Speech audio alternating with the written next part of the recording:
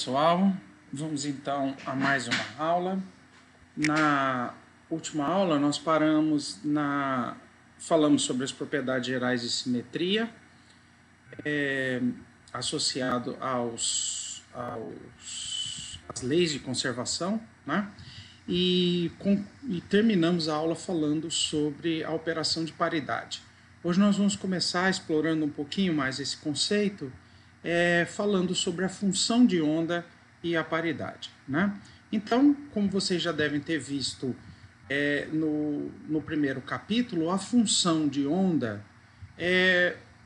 como o nome diz, é uma função das grandezas da posição da partícula ou do momento, né? Dependendo da representação que a gente usa. E a noção inicial que Schrödinger propôs lá no início da mecânica quântica, e que para nós aqui ele é simplesmente a representação na base formada pelos autovetores da posição, do operador posição, de um estado qualquer do sistema. Então a função de onda são, na verdade, as componentes do estado alfa, por exemplo, na direção dos diferentes autovetores do vetor posição. Como o vetor posição ele tem um espectro contínuo, isso aqui passa a ser, então, uma função contínua em x. Né? Então, essa é a ideia. Né? Muito bem. Então, vamos usar a ideia de que a gente fez na aula passada, que o estado que a gente chama de espaço invertido é representado pela ação do operador π, que é o operador de inversão do espaço, ou operador paridade, em cima de um determinado estado alfa. Né? Bom, a função de onda desse estado com espaço invertido, o que eu tenho que fazer? Basicamente, fazer o produto escalar, né, dos autovetores do operador posição em relação ao vetor que eu tenho interesse, ou ao estado, ao vetor que representa o estado de interesse. Então, basicamente, a conta que eu tenho que fazer é essa aqui, calcular a ação desse produto, o ket x' π alfa. Bom, como isso aqui é tudo produto válido, eu posso ler assim, né? Então, a ideia é que, como é produto válido, eu leio essa expressão assim, e faço o π agindo sobre o autovetor x', que dá menos x'. Ora, se a gente olha essa expressão aqui, isso aqui é exatamente o psi de menos x', que é o que a gente imaginava, né? Que é a relação que a gente tem de paridade numa função de onda, numa função qualquer no espaço de 3 dimensões. O que significa que a ação do espaço invertido, na verdade, é pegar a função que eu tinha e calcular em menos x'. Né? Muito bem. Bom, vamos supor agora que o estado alfa, esse estado alfa, ele é um autovetor do operador paridade, ou seja, ele é um estado que tem paridade bem definida. Então, exemplo, né? Então vamos imaginar que a Hamiltoniana comute com o operador paridade, então ela tem essa operação de simetria. Se ela comuta com o operador paridade, eu posso buscar autovetores simultâneos da Hamiltoniana e do operador paridade. O que significa que os estados finais, se esses aqui fossem, por exemplo, autovetores da Hamiltoniana e do operador paridade, eles teriam paridade bem definida e, portanto, seriam autovetores. A gente sabe que os autovalores possíveis para o operador paridade é mais ou menos 1, né? Então, o π agindo sobre alfa vai dar mais ou menos alfa, a depender de qual dos autovetores eu estou considerando. E se eu calculo, então, qual seria essa equação de autovalores, né? Porque é a equação de autovalores e autovetores do operador paridade na representação das coordenadas, ou seja, se eu pergunto quais são as funções de onda associadas, basicamente eu multiplico a esquerda pelos autovetores, ou por um dos autovetores, para achar cada uma das componentes e encaro isso aqui como uma função. Então, se eu fizer isso aqui, multiplicando pelo Bra x', o que eu vou ter é essa expressão final aqui, em termos de função de onda. Né? Por outro lado, a gente acabou de ver que esse lado da expressão aqui vale essa função menos x' alfa, né? Então a gente chega a uma conclusão interessante. A gente chega à conclusão de que isso aqui tem que ser igual a isso, né? Ou em linguagem de função de onda, que é isso aqui, né? Que o Bra menos x' alfa tem que ser igual a mais ou menos Bra x' ket alfa. Que linguagem de função de onda que significa que a psi de menos x' é mais ou menos psi de x'. Ou seja, se o estado alfa é autovetor do operador paridade, a função de onda dele tem que ter paridade bem definida. Ou seja, ou ela é par ou ela é ímpar sob inversão da coordenada. Então, é aquele teste que a gente faz com uma função qualquer, né? Calculo psi de menos x, se isso for mais x, é uma função par. Psi de menos x, se for menos x, é uma função ímpar. E são as duas possibilidades caso o estado alfa associado, né, que eu estou procurando a função de onda desse estado alfa, que tem paridade bem definida, né, por hipótese, né, tá certo? Bom, portanto, note que essa propriedade só aparece se a função de onda for uma autofunção do operador paridade. Ou seja, se ela tiver uma paridade bem definida, que foi o que a gente acabou de fazer, que é a hipótese inicial do problema. Nem todas as funções de onda de sistemas físicos têm paridade bem definida, porque, inclusive, a gente às vezes busca a solução sem nem se preocupar se a solução ou os autovetores são também autovetores simultâneos do operador paridade ou não. Mas o que essa parte aqui do curso está dizendo para a gente é que a gente, se quiser, pode também explorar essa possibilidade. Um exemplo, se a gente pega as autofunções do operador momento, são ondas planas. Vimos lá no capítulo 1. Né? Ora, as ondas planas não têm paridade bem definida. Você calcula psi de menos x, não é psi de x, não tem nenhuma relação. Né? E isso acontece porque o operador P não comuta com π. Na verdade, eles anticomutam. A gente viu, né, que o operador P é um operador ímpar sobre a operação de paridade ou inversão do espaço. Né? Então, eles nunca vão poder ter autovetores ou autoestados ou autofunções que sejam simultâneas. Né? Por outro lado, se a gente pega o oscilador harmônico, que a gente já calculou, se a gente olha a hamiltoniana do oscilador harmônico, como ela envolve p² e x², a hamiltoniana ela é invariante pela operação de paridade. Né? Então, se a gente pegar o que significa que os estados ou os autovetores da hamiltoniana, eles teriam paridade bem definida desde que eu procurasse autovetores simultâneos. Na forma como a gente resolveu o problema, como a gente resolve na mecânica clássica ondulatória, eles acabam sendo autovetores simultâneos. A gente usa o fato de que, como o hamiltoniano é simétrico, a gente busca as funções de ondas parecidas de ambos os lados. Né?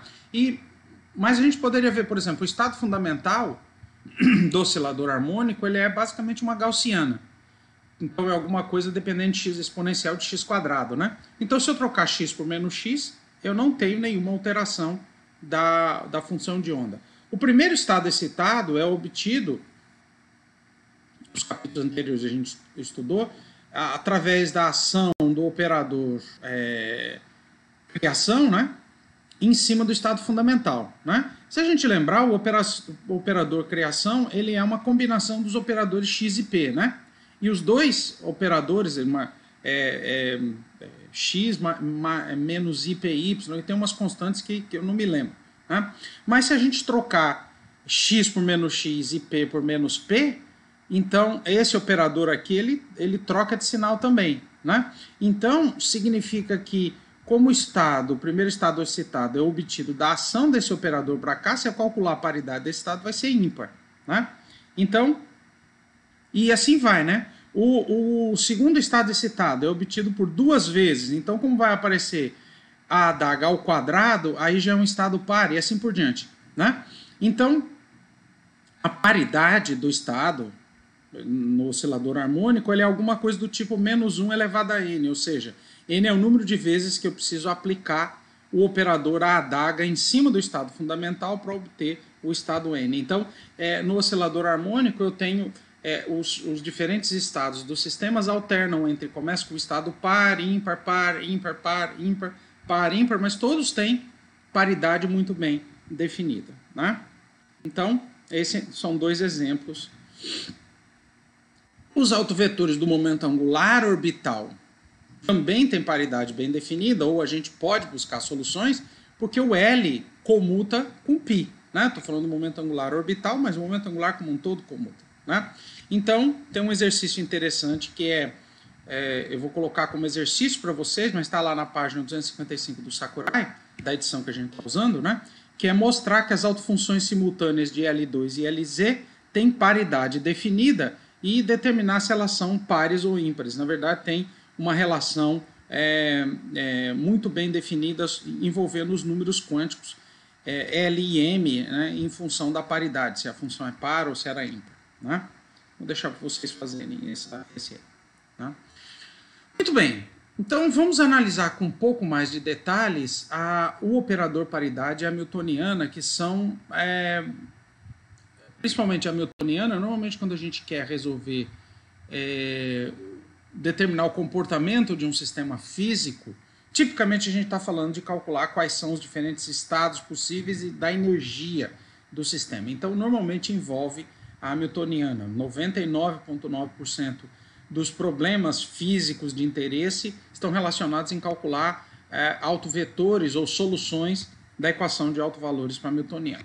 Então, vamos considerar o operador paridade hamiltoniano, né? Então, vamos começar considerando que a hamiltoniana de um sistema comuta com o operador paridade, tá? Então, ela é invariante pela operação de paridade.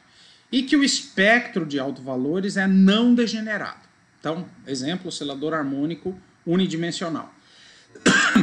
Se os autovetores de H são N, então vamos chamar de os kets N, sendo os autovetores de H, né? Então, o que é que a gente sabe? Que o comutador de H com π é zero, então se eu fizer o comutador agir sobre o ket, isso aqui vai dar zero, certo? E isso é Hπ menos N menos πH menos N, né? N. Então, se eu olho para essa expressão aqui, né, olhando para isso aqui, eu passo essa aqui para um lado, né, e esse aqui do outro lado.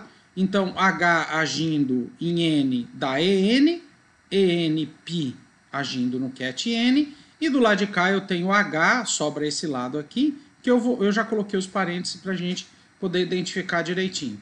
Então, essa expressão está dizendo o quê? Que a hamiltoniana agindo sobre um determinado vetor dá o autovalor vezes o vetor, o que significa que o estado πn será também um autovetor de H com o mesmo autovalor de N. Então, veja que nesse caso, se a gente tem uma hamiltoniana que comuta com o operador paridade e o espectro é não degenerado, os autovetores necessariamente também serão autovetores do operador paridade, o que é bastante interessante, né? Como o espectro é não degenerado, então o vetor πn tem que representar o mesmo estado que o vetor n, e portanto eles só podem diferir de uma constante que é exatamente, ou seja, πn tem que ser uma constante vezes n, que é exatamente a equação de autovalores do operador paridade, e a gente sabe que essa constante c só pode ser mais ou menos 1. Então, os autovetores de H são autovetores de π, o que implica que os estados têm paridade bem definida. Tá?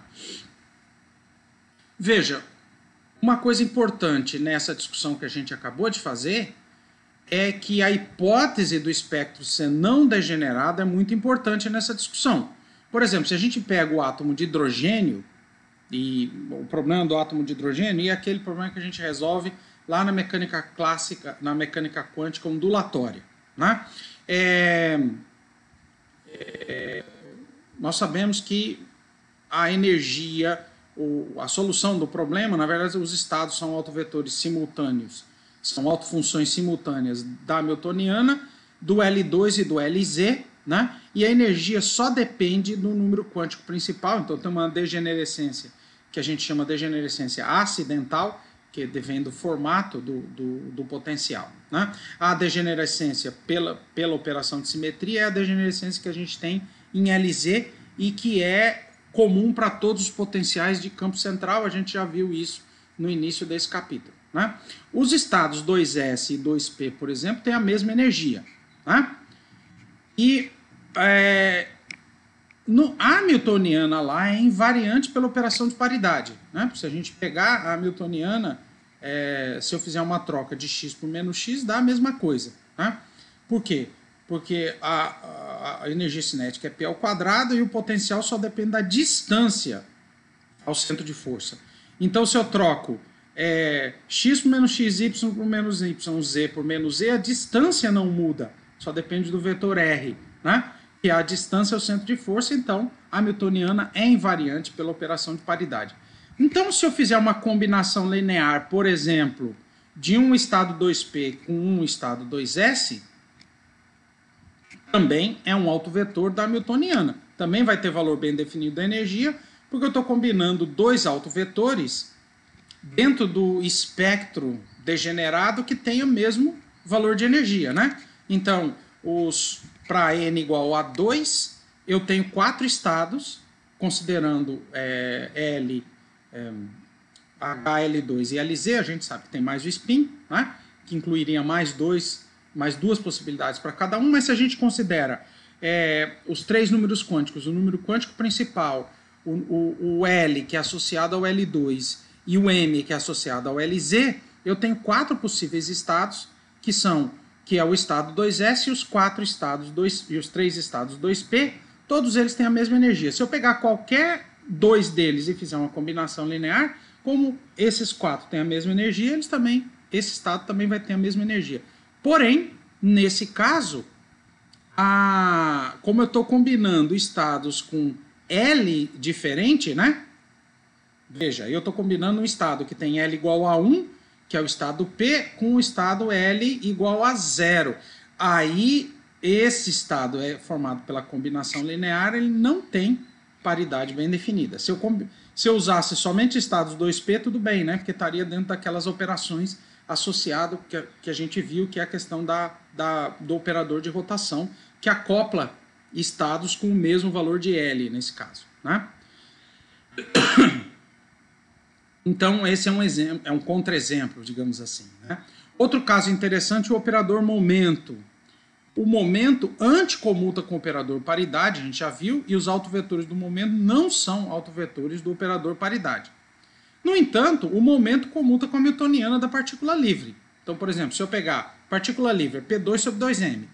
Então, como a hamiltoniana só é função de P, eles comutam.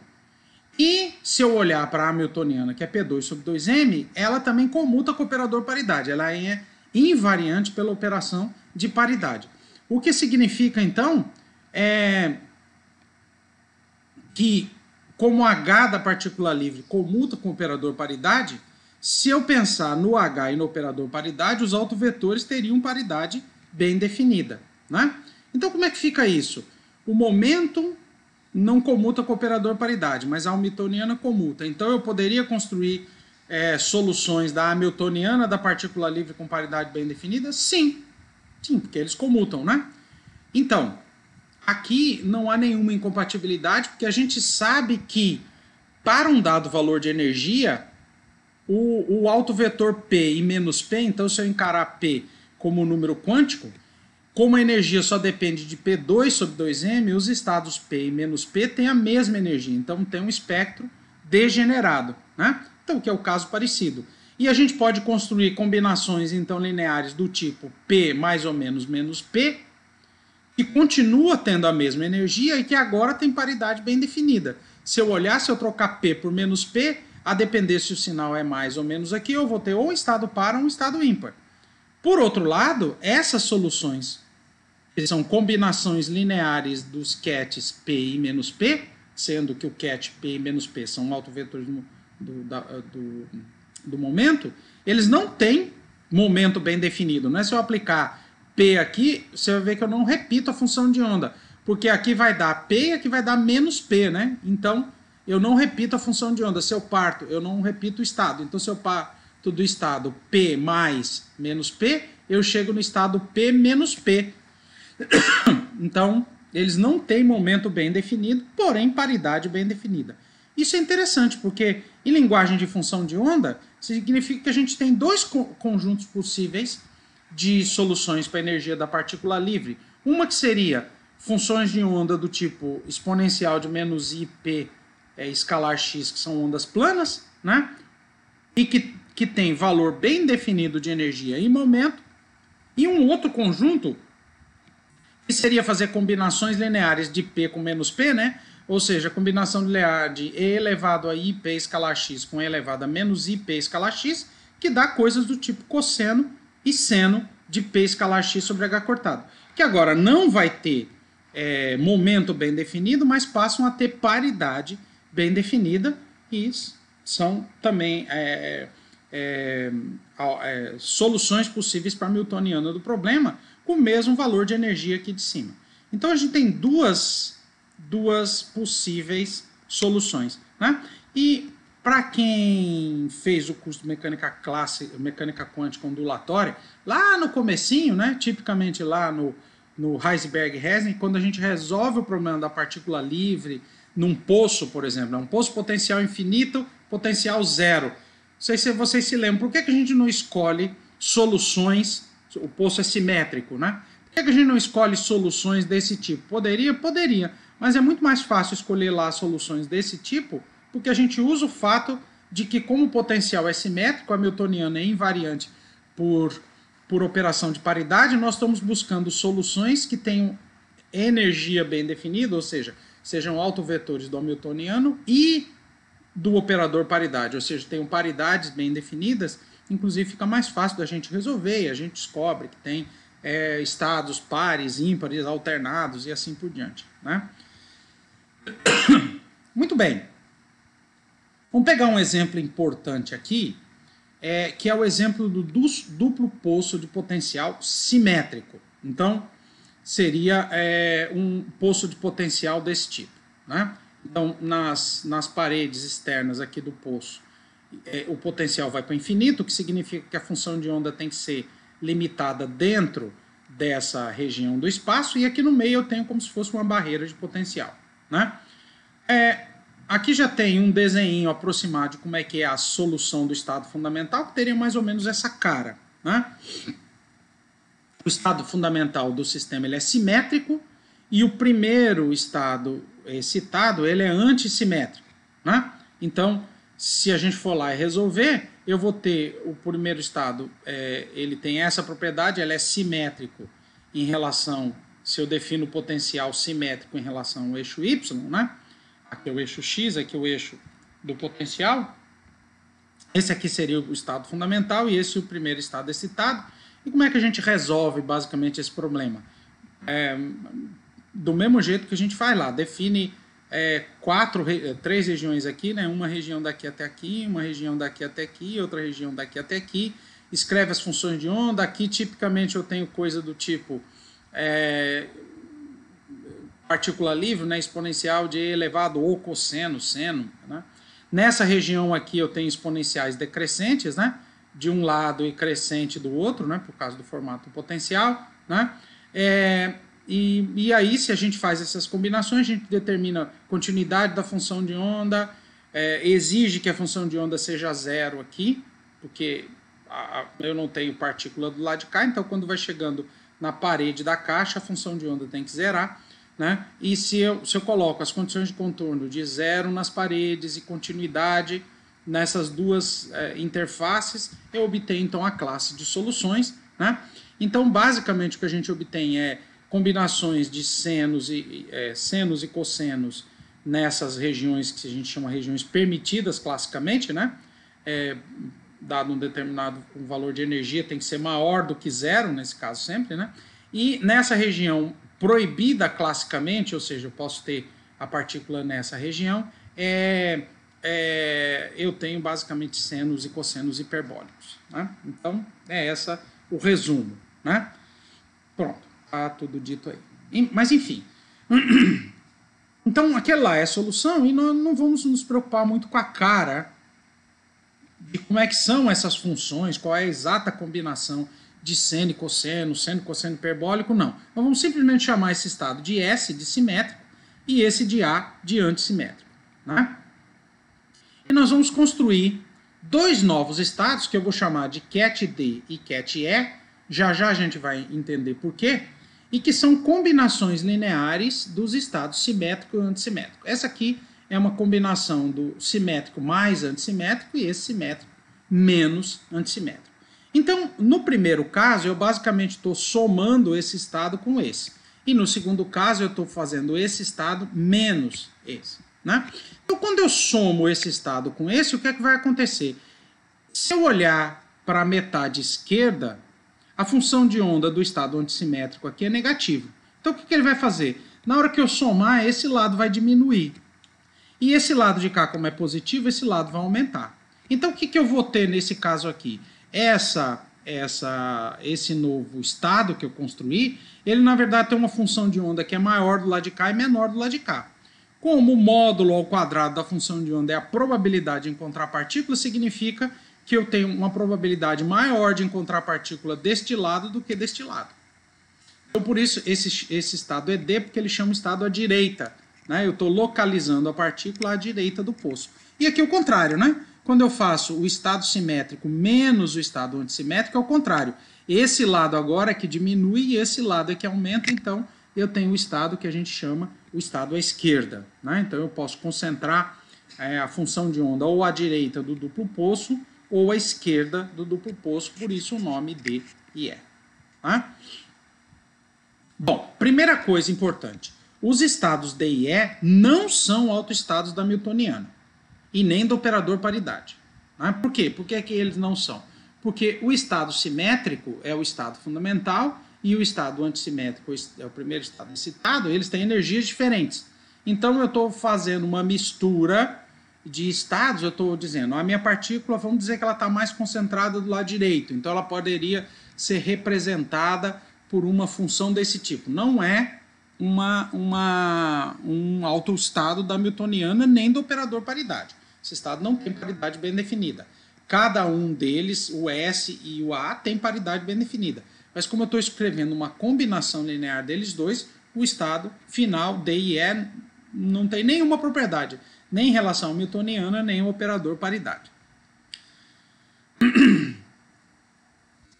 Pronto, foi isso que eu falei. Já os estados originais, sim, são autovetores simultâneos, do Hamiltoniano e do operador paridade.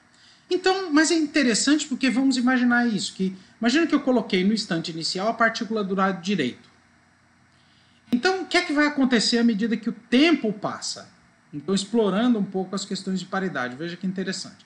Significa que o que eu quero saber é o que acontece com o estado direita, né, o ket D, quando passa o tempo. Então, eu aplico a evolução temporal. Né? Bom, o operador evolução temporal está aqui, né? É a ação desse operador E elevado a menos IHT sobre H cortado. Bom, lembrando que a gente pode escrever o operador evolução temporal dessa forma, porque a Hamiltoniana não vai depender explicitamente do tempo, e aí esse operador vai agir aqui e aqui. Né? Bom, a ação da Hamiltoniana aqui, aí é aquela história, né? Pega exponencial, expande em série infinita de potência, vai aparecer a Hamiltoniana agindo sobre o estado S, a Hamiltoniana ao quadrado, ao cubo, parará. Se a gente faz todas as contas, a gente descobre que isso aqui vai dar exponencial de menos I, o alto valor da Hamiltoniana, porque esse operador aqui está associado à energia é S, e esse aqui, o alto valor é A, que está associado ao estado antissimétrico.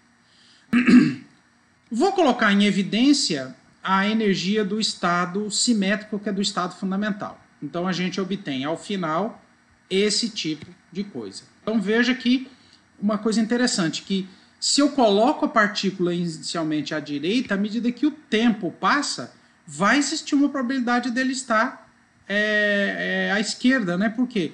Porque esse número aqui pode ser negativo, né? Então, vamos analisar exatamente o que acontece aqui agora, né?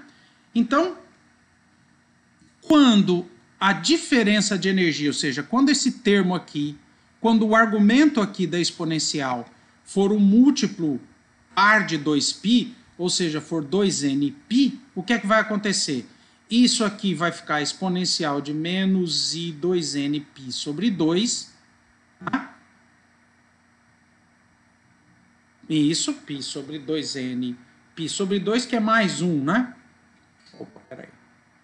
2nπ sobre 2 não, né? 2nπ, né, gente? Não tem o sobre 2 aqui, não. Eu aqui... Porque isso aqui tudo é 2nπ, né? Então, inclusive nem daria mais 1, né? Eu tenho que corrigir isso aqui. Esse 2 aqui não tem, tá? Então, acho que até já mandei para vocês. Acho que até já mandei para vocês. Tá, peraí, não é isso que eu quero, não. Deixa eu desligar isso, pronto. Eu acho que até já mandei esse capítulo para vocês, aí lembre de corrigir, não tem esse 2 aqui não, né? Senão não daria o mais 1 aqui, né? Tem que ser elevado a menos i 2nπ dá mais 1, né? Então, toda vez, mas o que é interessante aqui, vamos voltar à história, o que é interessante aqui é que, à medida que o tempo passa, vai chegar uma hora que isso aqui pode ser um múltiplo de 2π? Sim. E quando isso acontecer, esse termo, o termo da exponencial dá mais 1, e olha o que acontece. Significa que a partícula está do lado direito, né? Está do lado direito, ela está do lado direito do poço. Mas... se esse produto for um múltiplo ímpar de 2π, aí, de novo aqui, isso aqui foi um erro de copy e paste, viu, galera? Esse 2 aqui não tem, não. Se for um múltiplo ímpar, né, se for 2n mais 1π, for um múltiplo ímpar de π, aqui é um múltiplo par de π, se for um múltiplo ímpar de π, o que vai acontecer? Esse número aqui vai dar e elevado a menos 2n i 2n mais 1π, que dá sempre menos 1. E aí o que acontece? Nós vamos ter o estado, a partícula vai estar do lado esquerdo. Né? Então, que foi aquilo que a gente falou, né? Isso aqui tem a chance de ser negativo? Sim. Quando o tempo passar de forma que essa expressão aqui dá um múltiplo ímpar de π. Então, isso significa que à medida que o tempo passa, a partícula fica passando. Se eu coloco a partícula do lado direito, ela fica passando para o lado esquerdo, depois para o lado direito, para o lado esquerdo, para o lado direito, e ela fica tunelando, então, pela barreira de potencial, do lado esquerdo para o lado direito. Né? Num instante qualquer, então... bom, resumindo, né? Se a gente parte... do lado direito, no instante t igual a 0, num instante posterior qualquer a gente tem essa solução. Então, a gente poderia perguntar, quando é que o estado, se eu começo em t igual a 0 do lado direito, quando é que a partícula voltaria para o lado direito? Ora, quando, e isso aí seria o período, né, de oscilação do sistema, quando o tempo for evoluindo e acontecer dessa razão aqui for ser 2π.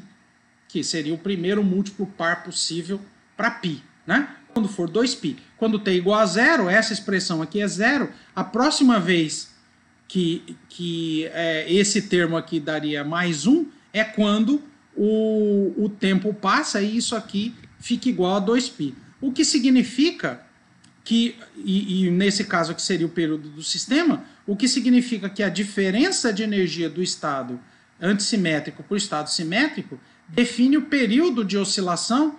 Então, a gente obtém passando o período para o outro lado, né?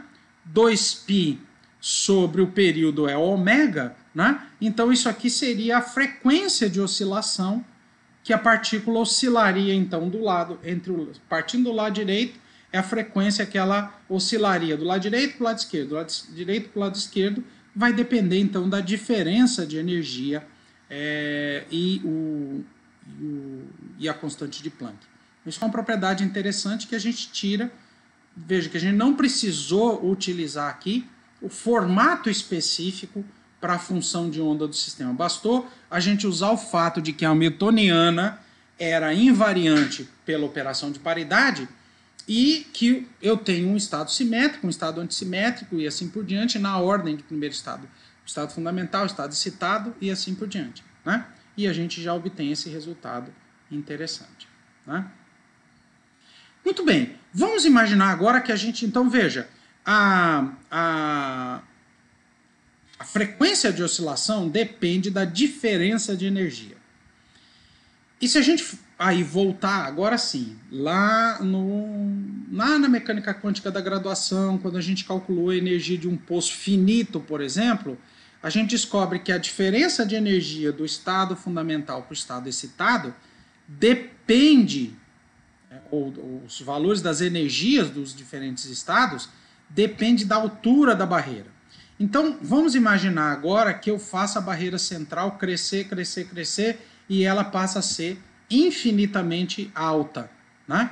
Então, quem seriam os novos estados simétricos e antissimétricos? Então, se eu mantenho aquela forma usual que a gente fez de calcular, resolver o problema considerando que eles têm simetria bem definida, o estado simétrico agora é esse aqui, essa região que antes tinha função de onda que conectava os dois lados, ele agora a função de onda zero, né? E o primeiro estado excitado, que seria o estado antissimétrico, seria esse aqui, com a região zero, então, né? E agora, se a gente for olhar com a barreira infinitamente alta, esses dois estados passam a ter a mesma energia. Então, essa função de onda ou essa função de onda agora tem a mesma energia. O estado simétrico e o antissimétrico estão a mesma energia. Como a função de onda se anula na região central, a partícula então é confinada, né? Então veja que eu não tenho mais probabilidade, se eu colocar a partícula do lado de cá, ela passar para o lado de cá. Que o laser soma é quando...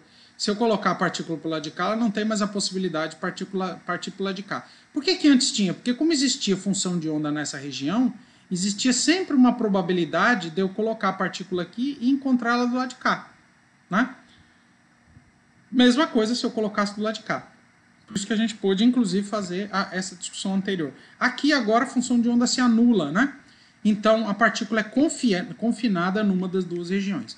E agora, se eu escrevo os estados à direita e à esquerda, exatamente como a gente fez antes, eles agora vão ter a mesma energia. Por quê? Porque como o estado S, o ket S e o ket A tem a mesma energia, ou seja, o espectro é degenerado, os estados D e E também têm o mesmo valor de energia, né? Eles também seriam autoestados do hamiltoniano, mas não seriam autoestados do operador paridade, né?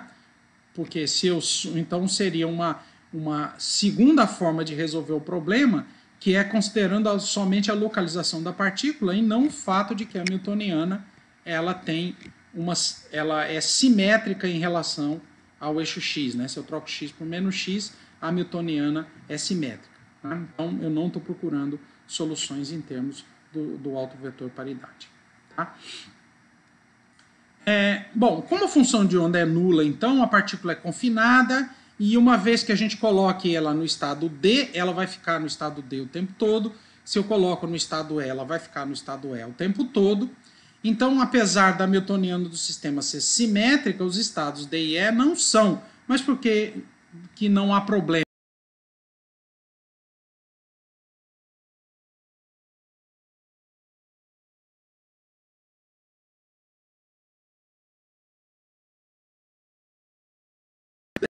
Como a hamiltoniana tem um espectro degenerado, né, a simetria que a hamiltoniana apresenta não precisa necessariamente ser seguida pelos diferentes autovetores do sistema, e esse é um exemplo interessante, né? Bom, vamos encerrar por hoje e logo mais teremos uma nova aula falando sobre regras de seleção da paridade. Valeu, pessoal, até a próxima.